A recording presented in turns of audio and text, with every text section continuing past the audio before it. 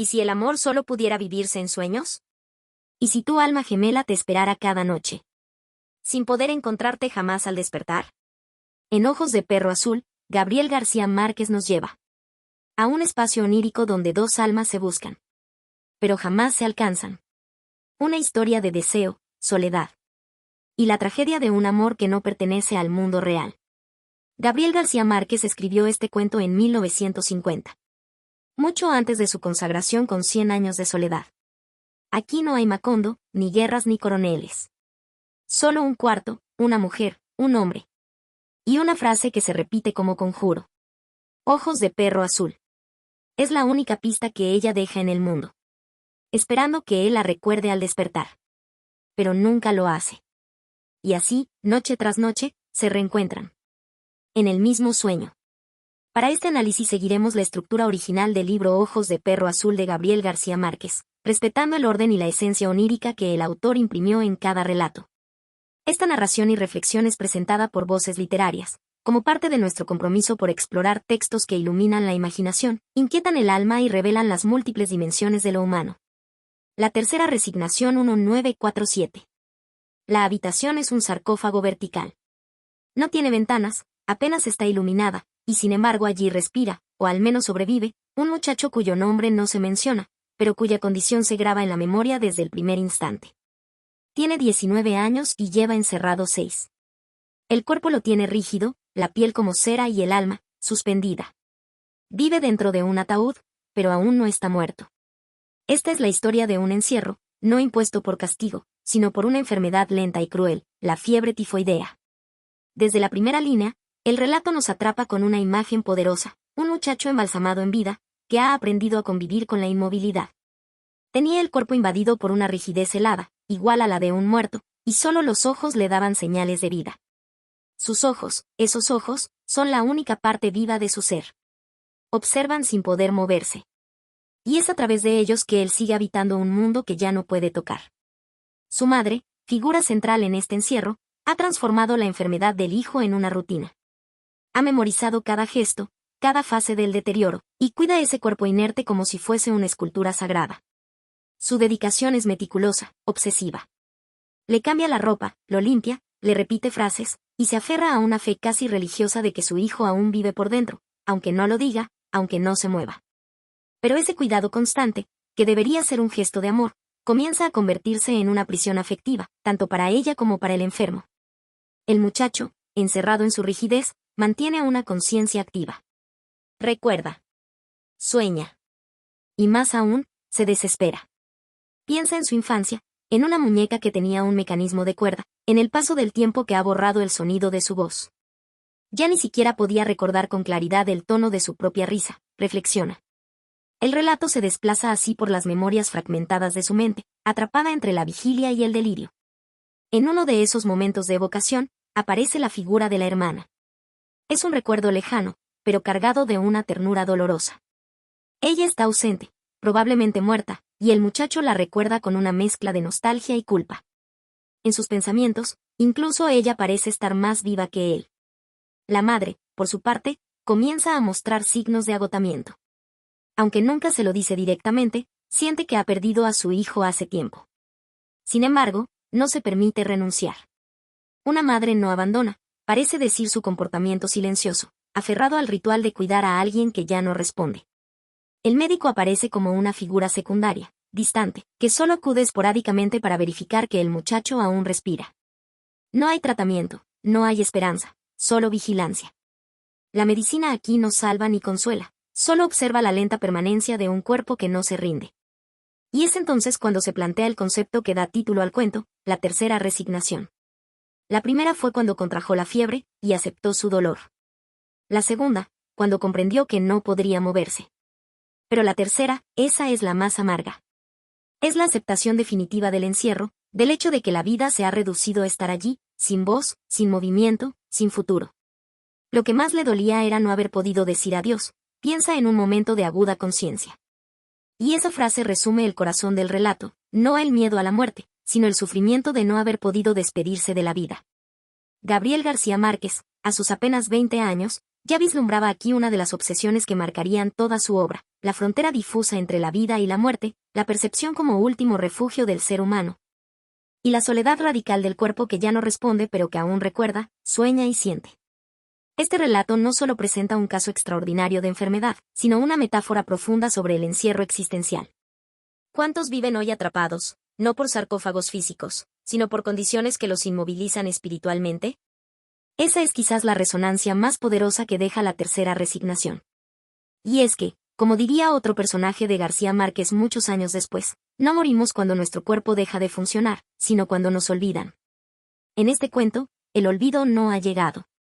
La madre, la memoria, los ojos abiertos, todos luchan aún contra esa última oscuridad. La otra costilla de la muerte 1948. En medio de una ciudad sin nombre, atrapada entre la desolación y el letargo, un hombre despierta a la vida, después de la muerte. O al menos, eso cree. El relato inicia con una sensación desconcertante. Alguien abre los ojos en un mundo que ya no responde como antes, donde el silencio no es solo ausencia de sonido, sino una materia densa que lo envuelve todo. Él, cuyo nombre no se menciona, yace en una cama desconocida, con la conciencia aún enturbiada por el último sueño o por el primer paso hacia la eternidad. El aire es espeso, y su cuerpo, aunque intacto, se siente ajeno. Ha regresado, pero algo ha cambiado. Despertó como si regresara de un lugar lejano y oscuro, de un fondo líquido en el que las palabras no flotaban.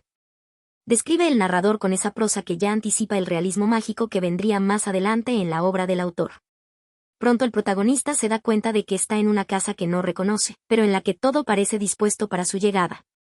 Los muebles, las cortinas, los objetos, todo tiene un orden inquietante, como si hubiera sido acomodado para alguien que debía regresar de la muerte. Esta tensión entre lo familiar y lo extraño es uno de los pilares del relato, y se mantiene constante a lo largo del cuento. La figura de la mujer entra en escena. Es una presencia delicada, silenciosa, vestida de luto. No llora. No se sorprende. Solo lo observa. Él intenta hablarle, pero no obtiene respuesta. El lector comienza a percibir que hay una disociación entre el mundo del protagonista y el de los vivos. Ella, quizás su madre, su esposa, su hermana, nunca se aclara del todo, representa ese vínculo con la vida que ahora le está vedado. Ella le trajo una taza de café caliente, como si él nunca se hubiera ido, se nos dice. Y es ahí donde empieza a crecer la sensación de extrañeza profunda. ¿Acaso no murió? ¿O es que ha sido devuelto al mundo, pero de una forma incompleta, hueca? Durante su recorrido por la casa, él nota que hay fotografías suyas en blanco y negro, flores marchitas y velas consumidas. La casa entera parece un altar construido en su honor. Cada rincón está impregnado de luto, pero también de espera. El tiempo no ha pasado igual para todos. Y la muerte, en este cuento, no es un corte limpio, sino una costura mal hecha entre dos realidades. En un momento, se acerca al espejo y no ve su reflejo. Allí, la revelación se hace más clara, está muerto, o al menos, ya no pertenece del todo al mundo de los vivos. El título del cuento, La otra costilla de la muerte, cobra así una resonancia simbólica. No es solo la muerte biológica la que separa, sino también esa otra muerte, la emocional, la social, la del olvido, que continúa desgarrando incluso después del último aliento. Sin embargo, lo más inquietante no es su estado, sino la manera en que los demás lo aceptan. Nadie grita. Nadie huye. Todos lo tratan como si nunca se hubiera ido.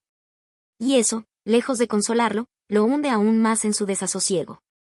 Porque la verdadera angustia no es morir, sino seguir existiendo sin lugar ni función. Gabriel García Márquez, con apenas 21 años, logra en este relato una poderosa reflexión sobre la identidad, la memoria y el espacio liminal entre la vida y la muerte. El protagonista no encuentra consuelo en su regreso, al contrario, lo que halla es una especie de condena suave, disfrazada de normalidad. Un purgatorio sin fuego, pero con té caliente y sábanas limpias. La atmósfera del cuento recuerda por momentos a la metamorfosis de Franz Kafka, donde el protagonista también despierta en un cuerpo que ya no le pertenece, observado por una familia que intenta asimilar lo inasimilable. Pero aquí, el enfoque de García Márquez es más existencial y menos grotesco. El terror no viene del cuerpo, sino del alma.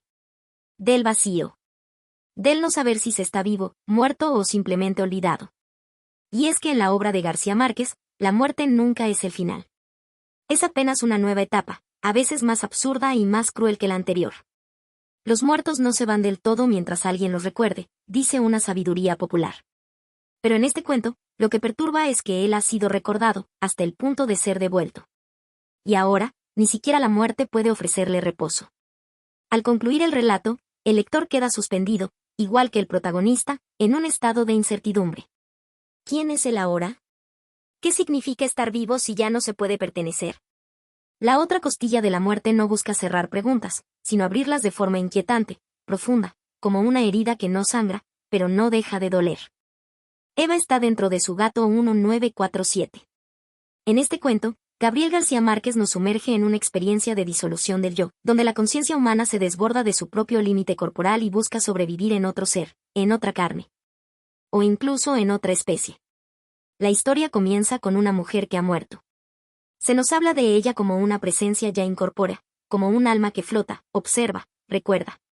Su muerte no es descrita con dramatismo, sino como una especie de tránsito.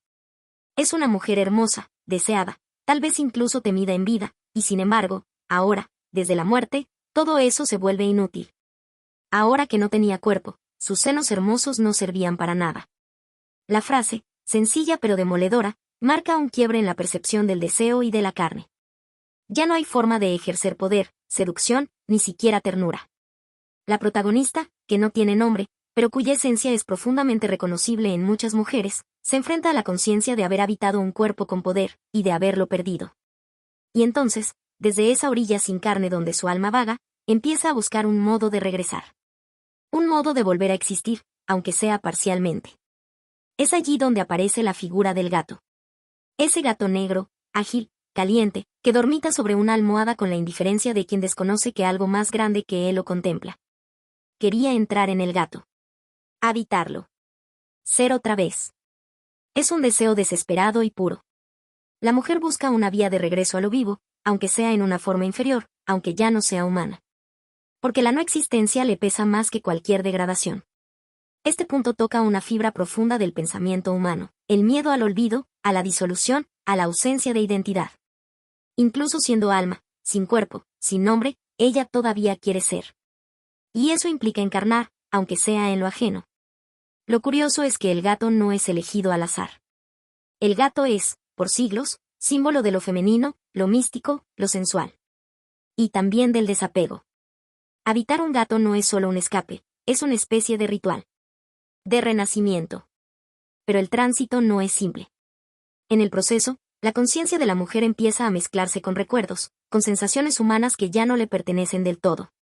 Imágenes de su vida pasada se filtran, entre ellas, su relación con los hombres, que en su mayoría se sentían dominados o fascinados por ella, y a quienes, ella lo admite con amarga lucidez, supo manipular.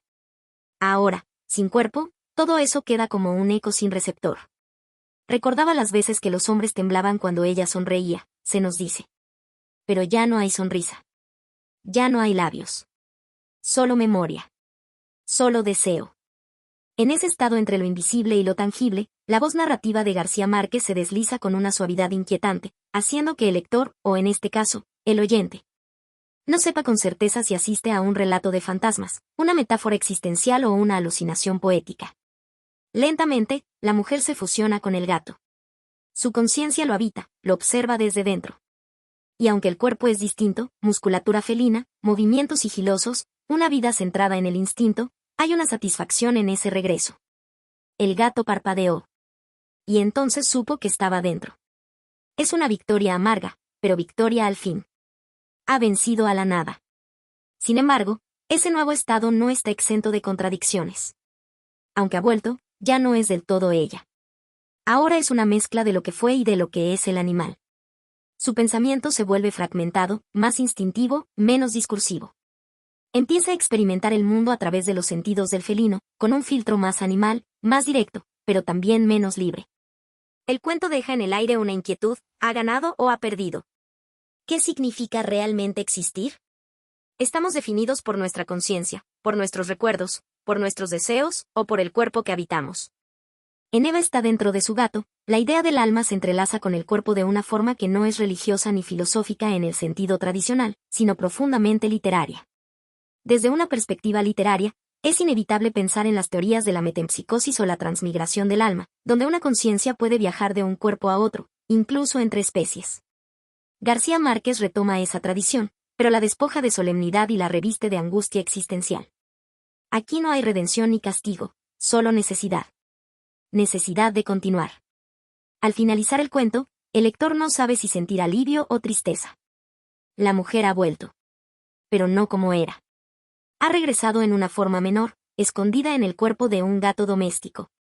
Un ser que no puede hablar, que no puede escribir, que no puede recuperar lo que fue. Solo puede mirar. Dormir. Tal vez ronronear. Y recordar. Eva está dentro de su gato no es solo un cuento breve, es una parábola sobre el cuerpo, el alma y el deseo de persistencia. Y es también, como muchos textos de los primeros años de Gabriel García Márquez, una especie de laboratorio literario donde se ensayan las emociones. Los símbolos y los tonos que más adelante cobrarían forma en sus novelas más célebres.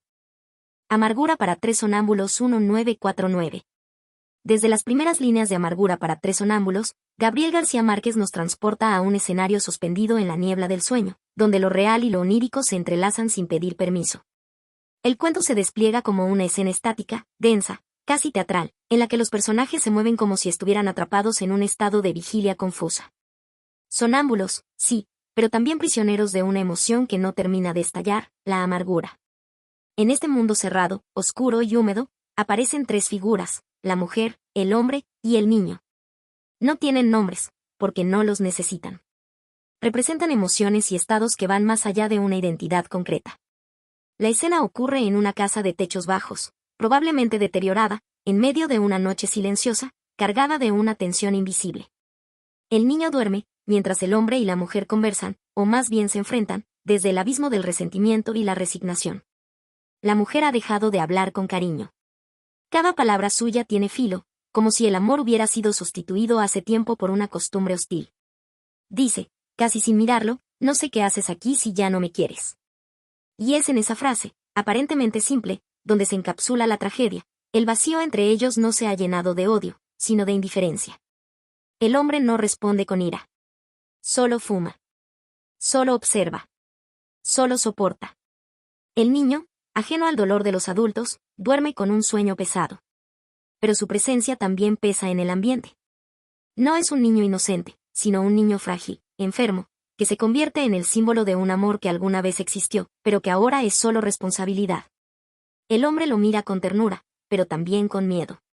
Porque el niño representa lo único que aún los une. Y al mismo tiempo, lo único que no les permite liberarse. Aquí, la narrativa se desliza entre lo visible y lo sugerido. García Márquez no nos da explicaciones, nos da imágenes. La humedad del cuarto.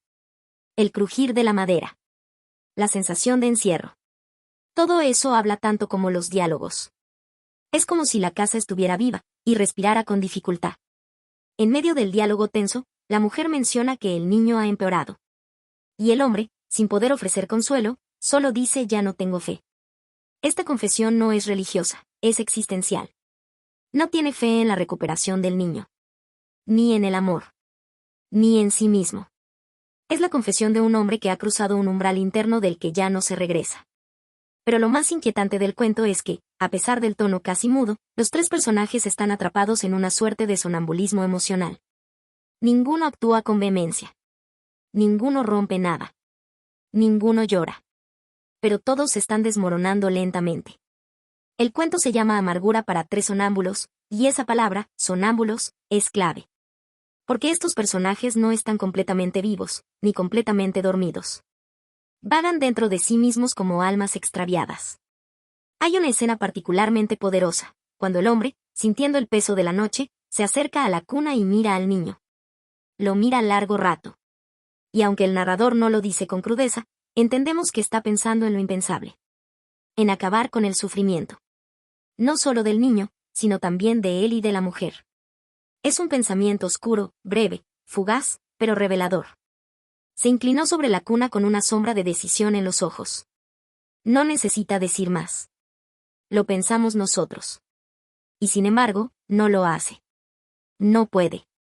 O no se atreve. Porque incluso en la desesperación más honda, hay un instinto que retiene.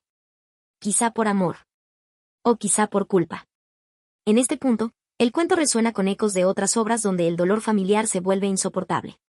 como en Los hijos del hombre de P. de James, o incluso La muerte de Iván Ilich de Tolstoy, donde la enfermedad, el silencio y la resignación construyen un mundo más cruel que la violencia abierta.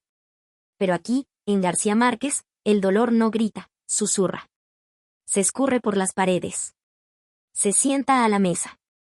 Duerme en la misma cama. La historia no tiene un clímax. Porque la vida, a veces, tampoco lo tiene. Solo vemos cómo los personajes se apagan lentamente. Cómo la esperanza se convierte en hábito. Cómo el amor se convierte en deuda. Y como tres seres humanos, antes vivos, se convierten en sombras que caminan dormidas dentro de su propia casa. El cuento termina en el mismo tono con que empezó, sin sobresaltos.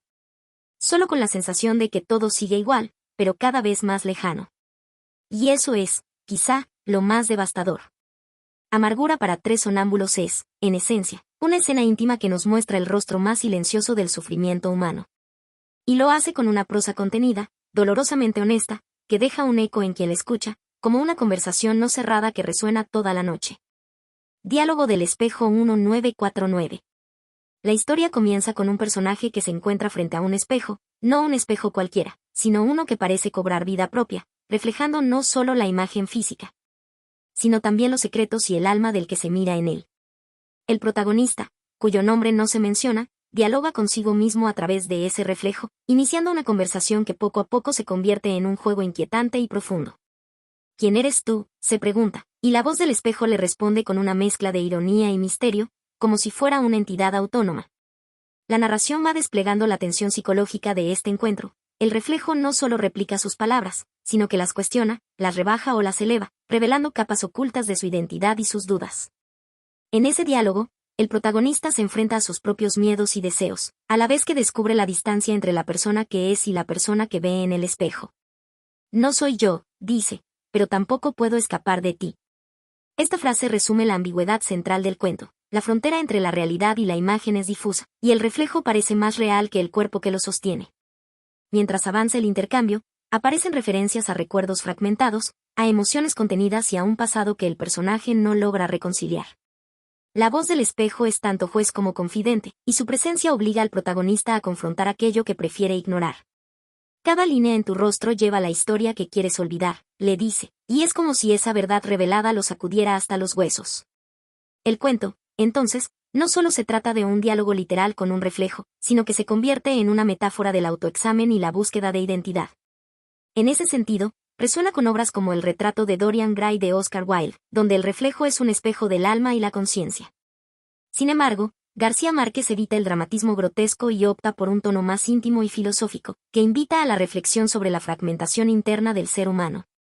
Un momento especialmente revelador es cuando el protagonista admite, me he perdido tantas veces que ya no sé dónde estoy. La voz del espejo responde, con una suavidad casi compasiva, tal vez ese es el lugar donde siempre has estado. Es un diálogo que evoca el eterno conflicto entre lo que queremos ser y lo que realmente somos, una lucha interna que cada persona conoce, pero pocos se atreven a enfrentar con tanta desnudez. No hay personajes secundarios en esta historia, el espejo y el hombre son los únicos interlocutores. Esto intensifica la atmósfera de aislamiento y reflexión, como si el tiempo se detuviera en ese cuarto silencioso, donde la única compañía posible es la propia conciencia. En términos simbólicos, el espejo se transforma en un portal hacia el interior del alma, un espacio donde los límites entre luz y sombra, verdad y mentira, se disuelven. La historia no ofrece soluciones ni certezas, más bien, deja al oyente con la sensación de que el autoconocimiento es un camino tortuoso, lleno de espejismos y confrontaciones. Al finalizar, el protagonista parece quedar suspendido en ese estado de ambigüedad, sin saber si el espejo es un enemigo, un amigo o simplemente un fragmento de sí mismo. Quizás, al final, no somos más que reflejos de lo que tememos ser, murmura, y esa última frase resuena como un eco que perdura mucho después de cerrar el libro. Diálogo del espejo es, en definitiva, una exploración poética y profunda de la identidad, el miedo y la autoaceptación, que Gabriel García Márquez nos regala con su característico estilo, mezclando lo cotidiano con lo fantástico, y lo íntimo con lo universal. Ojos de perro azul 1950. La historia de Ojos de perro azul comienza en una atmósfera cargada de misterio y melancolía, donde la voz del narrador nos introduce en un mundo íntimo, en el que la distancia y el tiempo parecen diluirse. El relato gira en torno a un diálogo telefónico, la única conexión entre dos personajes que se buscan sin poder tocarse, atrapados en el limbo de la ausencia.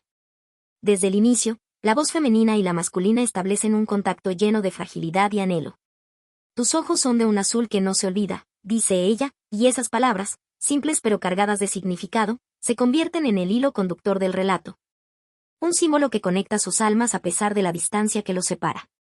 Esos ojos de perro azul no son solo una característica física, son la imagen que fija el recuerdo, el vestigio que mantiene viva la esperanza de encontrarse. El hombre y la mujer no se conocen personalmente, su relación se construye solo a través de esas llamadas, intercambiando detalles mínimos, fragmentos de vidas que nunca se cruzan en un espacio común. La voz femenina se muestra vulnerable, relatando con cierta tristeza su rutina y sus deseos, mientras el hombre escucha, participa y sostiene ese diálogo como si fuera una tabla de salvación. Cada palabra tuya es una luz en la oscuridad, confiesa él, y esa frase revela la profundidad de ese vínculo intangible. A lo largo del intercambio, las preguntas y respuestas delinean un espacio etéreo donde el tiempo pierde su poder. Ellos hablan de la lluvia, del cielo, de calles y silencios, construyendo un mundo propio, como si el teléfono fuera un puente entre dos universos paralelos. Nunca nos veremos, pero en cada palabra estás más cerca que nunca, dice ella, mostrando la paradoja de ese amor imposible. El relato presenta esta conexión como un ritual, una danza delicada entre la presencia y la ausencia, donde lo no dicho pesa tanto como lo pronunciado. La repetición de frases, los silencios prolongados y los suspiros se entretejen para crear una atmósfera de nostalgia que envuelve al lector u oyente. Es un amor que se alimenta de la distancia, y en esa fragilidad radica su belleza. No hay nombres propios ni descripciones físicas detalladas, los personajes existen solo a través de sus voces, como sombras que se buscan en la penumbra. Esto amplifica la universalidad del relato, podría ser cualquier persona, en cualquier lugar, atrapada en la soledad y el deseo. En este sentido, la historia dialoga con otras obras de García Márquez donde el amor y la espera se cruzan, como El amor en los tiempos del cólera, aunque aquí en una forma más abstracta y etérea. Un punto crucial en la narración es la revelación final, sutil pero impactante, que sugiere que tal vez uno de los dos ya no está entre los vivos. La mujer menciona con melancolía, a veces sueño que te toco, pero despierto y solo escucho el eco de tu voz. Esa frase deja entrever la frontera difusa entre la realidad y el recuerdo, un tema recurrente en la obra de García Márquez, que explora cómo el amor puede trascender incluso la muerte. Esta historia, aunque breve, es un ejemplo perfecto de la maestría del autor para convertir lo sencillo en profundo. La simplicidad del diálogo telefónico se transforma en una metáfora de la soledad humana y la necesidad de conexión. En un mundo cada vez más fragmentado y digitalizado, este relato parece anticipar el anhelo eterno de comunicación auténtica, más allá de la distancia física. Al concluir, el narrador vuelve a esa imagen poderosa que da título al cuento. Tus ojos de perro azul son la promesa que guardo en la memoria. Esa promesa es la que mantiene viva la historia, un testimonio del poder del amor y la palabra para atravesar cualquier vacío. En resumen, Ojos de perro azul es un viaje íntimo a través de la voz y la ausencia, un encuentro suspendido en el tiempo que invita a reflexionar sobre lo efímero, lo intangible y la fuerza que tienen las conexiones invisibles entre las personas. Gabriel García Márquez, con su sensibilidad única, logra que el lector sienta ese latido silencioso de un amor que existe en el espacio entre dos voces. La historia titulada La mujer que llegaba a las 6 se abre con un ambiente cargado de tensión y misterio, donde el tiempo parece medirse por la espera y la llegada puntual de un personaje que, sin ser nombrado de inmediato, se vuelve central para el relato. Desde el primer momento, el narrador nos sumerge en una escena cotidiana que se vuelve inquietante, y que gira en torno a un hombre que trabaja en una sastrería modesta, y a la mujer que siempre llega exactamente a las 6 de la tarde. Este hombre, cuya rutina está marcada por la precisión y la disciplina, observa con atención cómo la puerta se abre cada día en el mismo horario, y esa puntualidad se transforma en una especie de ritual. La mujer llegaba siempre a las 6, como si el tiempo le obedeciera, recuerda el sastre, cuya voz interior mezcla curiosidad con una extraña mezcla de respeto y temor. No conocemos su nombre, pero su perspectiva nos guía a lo largo de la historia, y a través de sus ojos percibimos el peso de la espera. La mujer, por su parte, no es un personaje descrito con detalles físicos explícitos, más bien, su presencia se siente a través del impacto que causa en el sastre y en el ambiente mismo. Ella llega, entra en la sastrería y pide un servicio especial, uno que cede el trabajo habitual, quiere un traje que debe estar listo en pocas horas.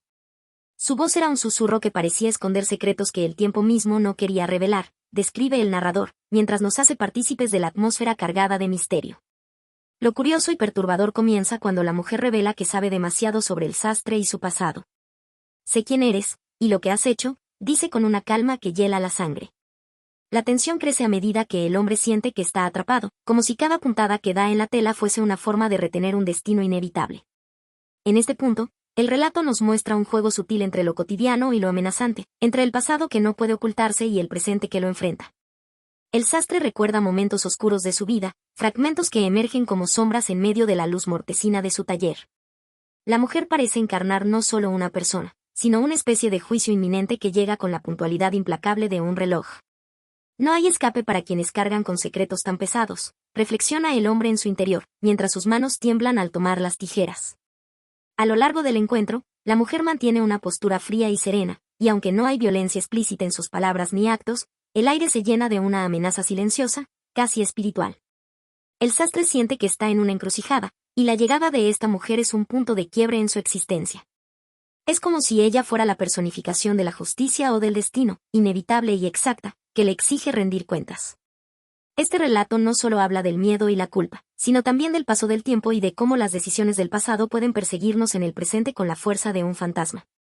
La puntualidad de la mujer, llegar a las 6, se convierte en símbolo de la inevitabilidad, y el taller de sastrería, en un escenario donde se entretejen los hilos de la memoria, la culpa y la redención.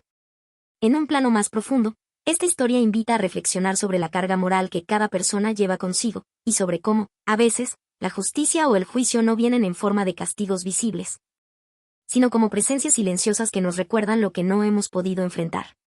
La figura de la mujer, con su calma implacable, puede evocar otros personajes literarios que simbolizan la justicia ineludible, como la fatalidad en la tragedia clásica o la visita de un mensajero ominoso en la literatura gótica. Al cerrar el relato, queda la sensación de un destino sellado, de un encuentro que no podría evitarse y que marca un antes y un después para el sastre. Ella llegaba a las 6, y con ella, llegaba también la verdad que siempre había temido enfrentar, concluye el narrador, dejándonos con esa mezcla de inquietud y reflexión. En suma, La mujer que llegaba a las 6 es una historia que, con su sencillez aparente, aborda temas universales como la culpa, el tiempo y la justicia de una manera magistral y profundamente humana, propia del estilo único de Gabriel García Márquez. Nabo, el negro que hizo esperar a Los Ángeles 1951. La historia comienza con una introducción al personaje central, Nabo, un hombre negro cuyo nombre resuena con una mezcla de fuerza y misterio. Nabo es presentado como alguien cuya vida y actos despiertan una mirada tanto de admiración como de incredulidad en quienes lo rodean. Desde el primer instante, el autor nos lleva a un pueblo donde las costumbres y las creencias religiosas forman el marco social en el que se desarrolla el relato. Nabo es un personaje ambiguo y fascinante. Su apodo, el negro que hizo esperar a Los Ángeles, revela desde el inicio una carga simbólica y un halo casi mítico. Se dice que Nabo, en un acto que muchos califican de audaz o de sacrílego, detuvo el paso de los ángeles, esas figuras que representan la muerte o la salvación, y que tradicionalmente no se esperan. Los ángeles vinieron, pero Nabo los hizo esperar, como si la muerte también tuviera que respetar el tiempo, se recuerda con asombro en el pueblo. A lo largo del relato, somos testigos de las circunstancias que rodean a Nabo, de su lucha contra el destino y la muerte, de su resistencia casi legendaria. El pueblo, con sus creencias y sus miedos, observa esta situación con una mezcla de respeto y temor. Los personajes secundarios, aunque no nombrados con detalle, son el coro que acompaña el drama de Nabo, representando la sociedad que mira sin comprender del todo. Gabriel García Márquez no solo cuenta una historia de resistencia física o espiritual, sino que con maestría entrelaza elementos de realismo mágico y símbolos profundos. La espera de los ángeles se convierte en una metáfora de la vida misma, de ese instante fugaz donde lo inevitable parece demorarse, donde el hombre desafía al destino con una mezcla de valentía y terquedad. Nabo se negó a irse, porque había cosas que aún no estaban listas para ser dejadas atrás, se nos dice en un momento clave, mostrando la humanidad y la fragilidad del personaje. El relato se desarrolla con un tono pausado y reflexivo, donde cada detalle cobra peso, desde la descripción del ambiente, un pueblo marcado por la fe y la tradición, hasta las reacciones de Nabo y de quienes lo rodean. La tensión no está en la violencia ni en la acción desenfrenada, sino en la espera y en la incertidumbre. Nabo personifica la lucha contra lo inevitable, una lucha que todos, en algún momento, enfrentamos en la vida. Esta historia invita a pensar en la relación que tenemos con la muerte, con el final de los ciclos y con la aceptación. La figura de Nabo que hizo esperar a los ángeles puede verse como una rebelión silenciosa y digna, una expresión profunda de la voluntad humana frente a la fatalidad. La historia recuerda en cierta forma a personajes literarios como Santiago en el Viejo y El mar de Hemingway, que desafían con honor y perseverancia aquello que parece ineludible. Al finalizar, La narrativa deja una sensación de respeto hacia la vida y hacia el momento preciso en que cada uno debe partir, un momento que no siempre se puede apresurar ni negar. La frase "los ángeles esperaron", porque incluso la muerte debe saber esperar cuando el alma se niega a partir, resume esa mezcla de misterio y humanidad que atraviesa todo el cuento.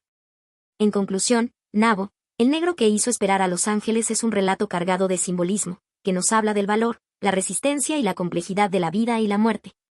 Todo narrado con el estilo inconfundible de Gabriel García Márquez, que transforma lo cotidiano en mágico y profundo. Alguien desordena estas rosas 1952. En este relato, Gabriel García Márquez nos sumerge en un ambiente íntimo, casi delicado, donde la apariencia y el orden se vuelven símbolos de un mundo interno en crisis. La historia se inicia con la observación de un pequeño jardín, el lugar donde alguien parece haber alterado la tranquilidad de las cosas. Alguien desordena estas rosas.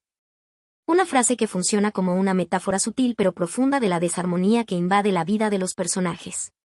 Los protagonistas, aunque no son nombrados explícitamente con toda claridad, se vuelven visibles a través de sus gestos y emociones. La voz narrativa nos presenta a una mujer que cuida el jardín con esmero, tratando de preservar la belleza y la calma, mientras que ese alguien, casi un personaje invisible, trastoca ese orden con movimientos inesperados. La tensión crece en la medida en que se evidencia que este desorden no es casual, sino una expresión de conflicto interior y desgaste emocional. El jardín, que podría ser un simple espacio físico, se convierte en un símbolo de la mente y del alma. Las rosas, antes perfectas, ahora se ven como heridas abiertas en la tierra, describe el autor, y con esa imagen nos invita a sentir la fragilidad y la vulnerabilidad de quienes cuidan lo que aman. La mujer, en su paciencia y tristeza, se enfrenta a esa fuerza invisible que altera su mundo, un conflicto que se manifiesta sin palabras, pero con un peso silencioso. En la historia, la relación entre los personajes es apenas insinuada, pero cada gesto tiene una carga profunda. La mujer es quien siente la ruptura, mientras que la figura que desordena las rosas parece representar un desasosiego que no puede ser explicado. Este juego de presencia y ausencia, de orden y caos, remite a la experiencia humana de la pérdida y la incomunicación, temas recurrentes en la obra de García Márquez.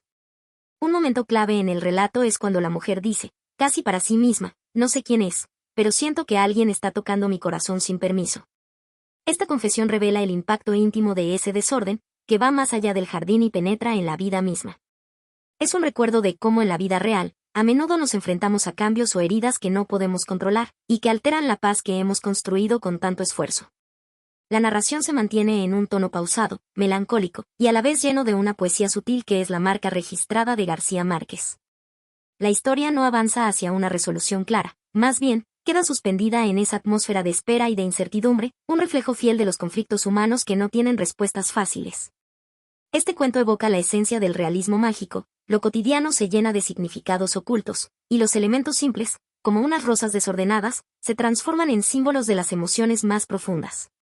La belleza y el desorden, la ternura y la tristeza, se entrelazan para mostrarnos que, a veces, el mayor desorden está dentro de nosotros mismos. Para cerrar, la frase "alguien desordena estas rosas, y con ellas desordena mi vida" sintetiza el sentir de la mujer y, quizás, de cualquiera que haya sentido que algo amado se ha roto sin explicación. Nos deja una reflexión sobre la fragilidad del equilibrio emocional y la inevitable presencia del cambio y la pérdida en la vida humana.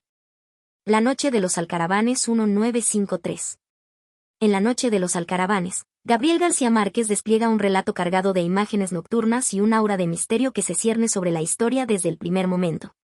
La narración comienza en una noche profunda, un escenario en el que el silencio parece guardar secretos antiguos, mientras los alcaravanes, esas aves de ojos grandes y llamada peculiar, son el telón de fondo sonoro que acompaña a los personajes y al desarrollo de los hechos.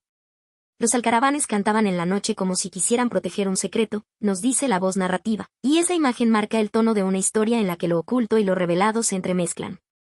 La trama sigue a un hombre que camina por un paraje solitario, un espacio donde la naturaleza y el hombre conviven en una relación frágil y compleja. Este protagonista, aunque anónimo en el relato, se convierte en el centro de una experiencia que mezcla la soledad con la expectativa. A medida que avanza, se siente observado y casi parte de un ritual que se despliega en la oscuridad. Sentía en la piel el frío de la noche y en el alma el peso de una historia no contada, reflexiona, revelando un estado interno de inquietud y reflexión. El ambiente, tan detalladamente construido por García Márquez, es casi un personaje más. Los sonidos de la noche, el movimiento de los alcaravanes, y la brisa que parece susurrar nombres, crean una atmósfera casi mágica, donde lo cotidiano se mezcla con lo mítico. La naturaleza, con su presencia imponente y su ritmo propio, se vuelve el espejo de las emociones del hombre, reflejando tanto su esperanza como su miedo. La noche era un manto que cubría no solo la tierra, sino también los sueños y las pesadillas, dice el autor, llevando al lector a un espacio en el que la realidad se diluye. En esta parte del relato, el encuentro con otros personajes es mínimo, pero significativo. Un campesino aparece como una figura que representa la sabiduría ancestral, alguien que entiende el lenguaje secreto de la tierra y de las aves. Este campesino comparte con el protagonista algunos consejos y palabras que parecen un código para sobrevivir en esa noche enigmática. No le temas a lo que no ves, teme más a lo que se esconde en la sombra de tus dudas. Le dice, y esta frase resuena como una invitación a enfrentar los miedos internos. La narrativa no se detiene en detalles triviales, sino que se enfoca en cada sensación, cada sonido y cada pensamiento que atraviesa al protagonista. Esta concentración en lo sensorial y emocional es un recurso poderoso que García Márquez maneja con maestría, haciendo que el lector sienta la humedad del aire, el roce del pasto y el latido del corazón en la soledad. Cada paso era un diálogo con la noche, un intento de descifrar su lenguaje indescifrable, nos confiesa el narrador, conectándonos con esa lucha interior. Un punto culminante es la visión que tiene el hombre de los alcaravanes, esas aves que con sus ojos enormes parecen observarlo con un conocimiento que trasciende lo humano. Esta imagen se carga de simbolismo, como si los alcaravanes fueran guardianes de un misterio o mensajeros entre mundos. La relación entre el hombre y la naturaleza se revela así como un puente hacia una comprensión más profunda de la existencia, una idea que se refleja también en otras obras del autor, donde lo natural y lo sobrenatural coexisten en equilibrio. Finalmente, la historia concluye con una sensación ambigua, sin cerrar por completo el misterio, dejando en el aire la impresión de que la noche y sus habitantes guardan secretos que quizás nunca se revelarán. La noche de los alcaravanes quedó grabada en su memoria como un poema sin final, un susurro que nunca cesa. Cierra la narración, invitándonos a aceptar que algunas experiencias son más sensaciones que hechos, más intuiciones que certezas. Este relato, con su delicadeza y profundidad, nos recuerda cómo la naturaleza puede ser un espejo de nuestras emociones más ocultas y cómo la noche, con su silencio y su misterio, es un espacio propicio para el encuentro con uno mismo. La manera en que García Márquez teje estos elementos es un ejemplo perfecto de su talento para convertir lo simple en extraordinario, lo cotidiano en mágico. Tubal Caín forja una estrella 1948. En Tubal Caín forja una estrella, Gabriel García Márquez nos lleva a un universo donde el mito y la realidad se entrelazan de manera sutil y profunda, desplegando un relato que comienza con la imagen poderosa de Tubal Caín. Ese personaje bíblico y legendario, forjador y herrero, cuya presencia evoca la conexión ancestral entre el hombre y el fuego, entre la creación y la destrucción. La historia se abre con una escena casi ritual. Tubal Caín, en el taller iluminado por el resplandor intenso de las brasas, trabaja con una concentración casi sagrada. Forjaba el hierro con manos de fuego, como quien moldea el destino mismo, nos dice la voz narrativa, transportándonos a un momento donde cada golpe del martillo es un acto de creación, pero también de desafío contra el tiempo y el olvido. A lo largo del relato, el herrero no solo da forma al metal, sino también a una estrella que, según el mito, debe iluminar los cielos con un brillo único. Este acto simbólico es una metáfora de la búsqueda humana por dejar una huella indeleble, por transformar lo efímero en eterno. Tubal Caín siente el peso de esta tarea, consciente de que cada chispa que saltaba del yunque era un suspiro de esperanza y de condena al mismo tiempo. La forja se convierte así en un diálogo íntimo entre el hombre y el universo, un momento donde lo tangible y lo invisible se rozan. En medio de esta atmósfera, aparece la figura de un joven aprendiz, cuyo nombre no se menciona pero cuya presencia es fundamental. Este joven observa con admiración y también con miedo reverencial, aprendiendo no solo el arte de la herrería sino las lecciones que van más allá del metal, la paciencia, la resistencia y el sacrificio. Aprendí que el fuego no solo quema, también transforma, confiesa el aprendiz en sus pensamientos, capturando la esencia del relato que, más que sobre el hierro, habla sobre el fuego interior que impulsa a crear y resistir. El taller, en su austeridad y misterio, es un microcosmos donde se refleja la tensión entre la fragilidad humana y la fuerza de la naturaleza. Tubal Caín, con su barba encendida por el reflejo del fuego, parece una figura mitológica que desafía el destino. Su mirada era la de quien sabe que forjar una estrella es también forjar el propio alma, describe el narrador, dándonos a entender que el herrero no solo moldea metal, sino también su propia esencia, enfrentando el riesgo de perderse en el proceso. Un detalle que no pasa desapercibido es la manera en que García Márquez juega con el simbolismo de la luz y la oscuridad, el calor y el frío. La estrella que se forja no es solo un objeto brillante, sino una metáfora de la lucha contra la oscuridad interior y exterior. Este contraste recuerda la dualidad explorada en otros cuentos de la colección, donde lo luminoso y lo sombrío coexisten en equilibrio. Además, evoca esa conexión universal que encontramos en mitos y leyendas, en los que el fuego es fuente de poder y destrucción al mismo tiempo. La narrativa se concentra en el momento exacto en que Tubal-Caín da el último golpe, y la estrella parece cobrar vida, un instante suspendido en el tiempo. Era como si el universo hubiera contenido la respiración para ver nacer esa luz, nos cuenta el autor, dándonos la sensación de que hemos sido testigos de un acto sagrado. Un fragmento de eternidad en medio de la fugacidad humana. Este relato, aunque breve, es una reflexión profunda sobre el acto creativo y la voluntad humana, un homenaje a quienes, como Tubal-Caín, se enfrentan a la materia y al tiempo para dejar una marca. Una luz que persista más allá de su propia existencia. En esa forja, no solo se crea una estrella, sino un símbolo de esperanza y resistencia que resuena en cada lector. De cómo Natanael hace una visita a 1950. La historia comienza con Natanael, un hombre que se prepara para hacer una visita importante, una visita que parece estar cargada de una mezcla de expectativa y melancolía. Desde el inicio, el narrador nos sumerge en la atmósfera de la jornada, describiendo con cuidado la ciudad donde Natanael se mueve, sus calles y sus sombras. Ese escenario donde la vida cotidiana se mezcla con los ecos del pasado. Natanael salió temprano, con el paso medido, como quien lleva un secreto pesado bajo la piel, se nos dice, revelando esa tensión interna que guía sus movimientos. Al avanzar la mañana, Natanael atraviesa el barrio, un lugar donde cada rincón parece guardar recuerdos y susurros. La descripción del entorno es rica y detallada. Las paredes desgastadas parecían contar historias que solo él podía escuchar, mientras Natanael camina en dirección a una casa vieja, cuyo portón, casi olvidado, se abre con un crujido profundo. Esa casa será el centro de la visita, un espacio donde se cruzarán las emociones que el personaje lleva dentro.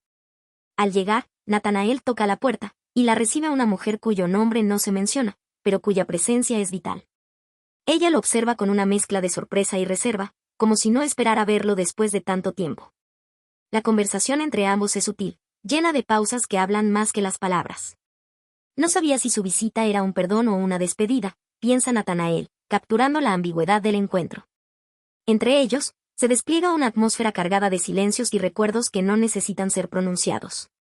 Durante la charla, Natanael recuerda momentos compartidos, gestos y palabras que aún reverberan en su memoria. La mujer también deja entrever sus propios sentimientos, aunque con cuidado, manteniendo un muro delicado entre lo que fue y lo que queda. A veces las palabras son demasiado frágiles para sostener el peso del tiempo, reflexiona el narrador, y esta frase se convierte en un símbolo de la dificultad de reconciliar el pasado con el presente. En un punto decisivo, Natanael confiesa su intención de la visita, buscar algún tipo de reconciliación, un cierre para heridas que parecían abiertas aún. La mujer lo escucha sin interrumpir, y sus ojos revelan esa mezcla de dolor y comprensión. Sus miradas se cruzaron en un instante donde el tiempo pareció detenerse, y en ese breve momento, ambos comprenden la importancia de ese encuentro, que no solo es un reencuentro físico, sino también un viaje íntimo hacia las emociones reprimidas. La visita termina con un gesto simbólico. Natanael entrega a la mujer una pequeña rosa azul, un símbolo que en este cuento adquiere un valor especial, representando lo inalcanzable y lo efímero. La rosa era un puente invisible entre sus almas distantes, se nos dice, evocando la fragilidad de ese lazo renovado. Al despedirse, ambos sienten que algo ha cambiado, aunque nada se ha dicho explícitamente, es la quietud después de la tormenta, un espacio para la esperanza. Este relato, aunque breve en su desarrollo, despliega con delicadeza los temas universales del reencuentro, la nostalgia y la búsqueda de perdón. La visita de Natanael es más que una acción física, es un acto de valentía emocional, una forma de enfrentar los fantasmas del pasado para poder avanzar. García Márquez, con su prosa envolvente, nos invita a contemplar esos momentos íntimos donde las palabras se quedan cortas, y los gestos pequeños cargan con todo el peso del alma. Una reflexión que emerge naturalmente al recorrer esta historia es como, en la vida real, esos encuentros postergados pueden transformarse en una fuente de sanación, aunque sean frágiles y ambiguos. La historia de Natanael y la mujer es, en esencia, una metáfora de la condición humana, con sus anhelos por la reconciliación y el miedo a lo que pueda quedar sin resolver. Un hombre viene bajo la lluvia 1954. La historia se abre con un escenario cargado de una atmósfera húmeda y melancólica. La lluvia cae sin cesar, envolviendo la ciudad en un manto gris que parece absorber el tiempo y los sonidos. En medio de esta escena, aparece un hombre que camina con pasos lentos y medidos, como si la lluvia no solo mojara su cuerpo sino también sus pensamientos y emociones.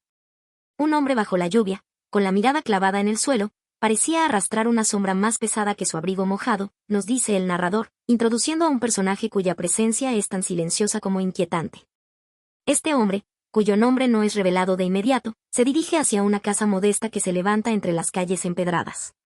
Su llegada genera una tensión palpable en el ambiente, y el lector siente que no es un visitante cualquiera, sino alguien que trae consigo un peso, un misterio. La puerta se abre con un leve rechinido, y la figura del hombre entra en el espacio interior con la misma lentitud con que avanzó bajo la lluvia. Dentro de la casa, lo espera una mujer, de quien solo se sabe que es el centro de esta breve pero intensa historia, que observa al hombre con una mezcla de sorpresa y reserva. La relación entre ambos es compleja y está teñida por el pasado, que se despliega poco a poco a través de diálogos breves, miradas significativas y silencios densos. Sus ojos se encontraron como dos espejos empañados, reflejando memorias que se negaban a evaporarse. Refleja el texto en un momento que captura el peso emocional de ese encuentro. La conversación que sigue es un intercambio medido, donde cada palabra parece buscar un equilibrio entre el recuerdo y el presente. El hombre revela, en fragmentos, la razón de su visita, un anhelo por reconciliar algo que quedó pendiente, una herida no cerrada que la lluvia parece simbolizar. Venía bajo la lluvia porque sabía que solo en la tormenta podían lavarse las culpas, confiesa en una frase cargada de simbolismo, que expone su vulnerabilidad y la necesidad de redención. La mujer, por su parte, recibe sus palabras con una mezcla de dolor y compasión. En sus silencios, se siente la historia no contada, las heridas que el tiempo no ha logrado sanar del todo. A lo largo del diálogo, emergen fragmentos de recuerdos compartidos, momentos de felicidad y de sombra que explican la distancia emocional que los separa. No era solo la lluvia la que los mojaba, sino la memoria que insistía en quedarse, dice el narrador, reforzando la idea de que este encuentro es también un enfrentamiento con el pasado. El clímax emocional llega cuando el hombre intenta explicar su ausencia y las decisiones que lo llevaron a alejarse. La mujer, aunque con el rostro marcado por la tristeza, no oculta su deseo de comprender, de quizás encontrar una forma de sanar. El hombre bajo la lluvia era un símbolo de arrepentimiento y esperanza, una figura que atravesaba la tormenta no solo para buscarla a ella, sino para enfrentarse a sí mismo. Reflexiona el texto en una pausa que invita a pensar en las luchas internas que todos enfrentamos. Finalmente, la historia concluye sin resoluciones explícitas, sino con la sensación de que, bajo la lluvia, algo ha cambiado entre ellos, aunque el futuro siga siendo incierto. La lluvia, que fue testigo y partícipe de esta visita, continúa cayendo, un recordatorio del flujo constante de la vida y de la posibilidad de renovación. Porque a veces, solo bajo la lluvia se puede encontrar el valor para enfrentar las sombras que cargamos, cierra el relato, dejando al lector con una mezcla de melancolía y esperanza. Este cuento, en su brevedad, explora con gran profundidad la complejidad de los encuentros humanos marcados por el tiempo y la distancia, y la lluvia se convierte en un elemento casi vivo. Una metáfora de purificación y recuerdo. Nos recuerda que la reconciliación, con otros y con nosotros mismos, es un proceso que a menudo se da en los momentos más difíciles y en los gestos más simples. Como un hombre que decide regresar bajo la lluvia para enfrentarse a su historia. Monólogo de Isabel viendo llover en Macondo 1955. La historia nos introduce en un momento detenido en el tiempo, una tarde lluviosa en Macondo, ese mítico pueblo donde todo parece pasar bajo un hechizo de realismo y memoria. Isabel, la protagonista, está sola, contemplando desde una ventana la lluvia que cae sin tregua sobre las calles polvorientas y los techos de tejas rojas. La lluvia tenía el ritmo de una canción triste, como el lamento de un alma que no encuentra consuelo, dice el narrador, capturando la atmósfera de soledad y melancolía que envuelve a Isabel. Isabel se sumerge en un monólogo interno, una voz que discurre libremente, hilando pensamientos y recuerdos, mezclando el presente con el pasado en una cadena de imágenes y emociones que nos llevan directo al centro de su alma. La lluvia no es solo un fenómeno natural para ella, sino un espejo que refleja sus sentimientos, sus anhelos y su dolor.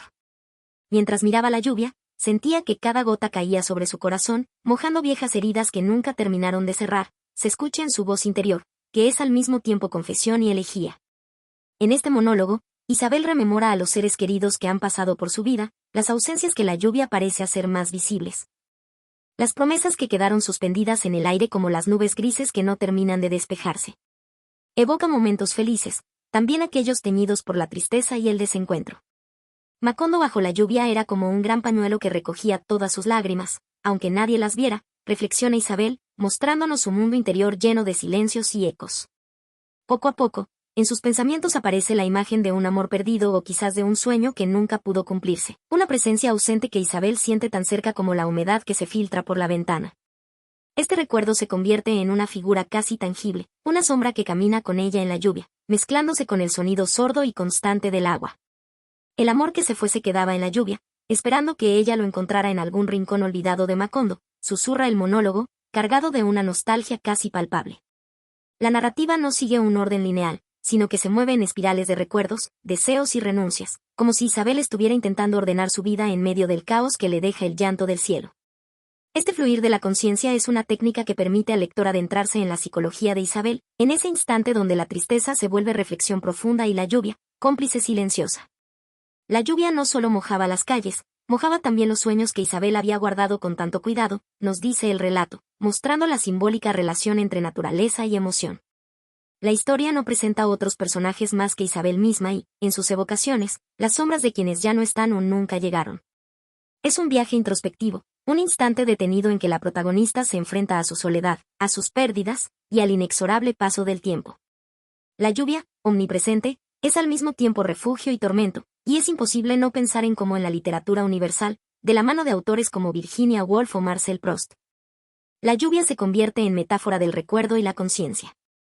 Hacia el final, Isabel acepta la inevitabilidad de ese llanto del cielo y de su propia tristeza, reconociendo que en la lluvia hay una especie de purificación, aunque dolorosa.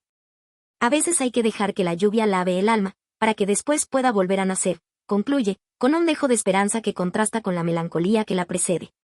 Así, este monólogo íntimo nos deja la imagen de una mujer que contempla Macondo bajo la lluvia, no solo como un paisaje, sino como un reflejo de sí misma, de sus heridas y de sus anhelos. En un momento donde la naturaleza y el alma humana se funden en un solo suspiro. Ojos de perro azul es una obra que marca una etapa temprana pero fundamental en la carrera de Gabriel García Márquez, donde el germen de su estilo se muestra con delicadeza y fuerza. A través de una serie de relatos breves, el libro explora el entrelazamiento profundo entre la memoria, el tiempo, el amor y la soledad, elementos que luego se consolidarían en su obra magna, el realismo mágico. Sin embargo, aquí la prosa es más íntima, a veces minimalista, y con un marcado aire existencialista que dialoga con corrientes literarias de mediados del siglo XX. Este conjunto de relatos bebe de influencias tan variadas como el simbolismo francés, el modernismo latinoamericano y la narrativa introspectiva de autores como Jorge Luis Borges o Juan Rulfo. Desde la mirada crítica, podría ubicarse la obra en la confluencia entre el realismo mágico naciente y un lirismo que recuerda a escritores existencialistas europeos, como Albert Camus o Jean-Paul Sartre, en su enfoque en la alienación y la búsqueda del sentido en un mundo que se muestra fragmentado y a menudo doloroso. Esa tensión entre lo mágico y lo real, entre la belleza y la amargura, da cuenta de una conciencia literaria que no se limita a narrar hechos sino que busca captar la esencia compleja de la experiencia humana. Cuando Ojos de perro azul fue publicado, en un contexto latinoamericano convulsionado por dictaduras, cambios sociales y una profunda desigualdad, los temas de soledad, pérdida y esperanza resonaban con un público que veía en la literatura un refugio y a la vez un espejo crítico. El libro no tuvo inicialmente la explosión mundial de sus obras posteriores, pero fue recibido con respeto en círculos literarios por su delicadeza y originalidad. Los relatos, cargados de simbolismos, parecían invitar a una lectura pausada y reflexiva, distinta del boom más comercial y político que la literatura latinoamericana atravesaba entonces. De hecho, en este volumen se aprecia un escritor en construcción, experimentando con la forma y el fondo, sin la urgencia de la narrativa masiva. Desde una perspectiva social, los cuentos reflejan la realidad de un continente marcado por la nostalgia de tiempos mejores y la esperanza de un futuro incierto. La recurrencia a personajes solitarios o a voces que dialogan con ausencias puede interpretarse también como una metáfora de la dispersión social y cultural que vivían muchas comunidades latinoamericanas en el siglo XX. Entre la tradición y la modernidad, la memoria y el olvido. Críticos literarios han destacado que Ojos de perro azul funciona como un laboratorio de temas que García Márquez desarrollará con mayor complejidad en sus novelas posteriores, pero que ya aquí contienen la capacidad de emocionar y provocar la reflexión. En contraste con la narrativa directa y popular de otros contemporáneos, el libro apuesta por un lenguaje poético y un ritmo que desafía la linealidad del tiempo, creando un efecto de sueño lúcido.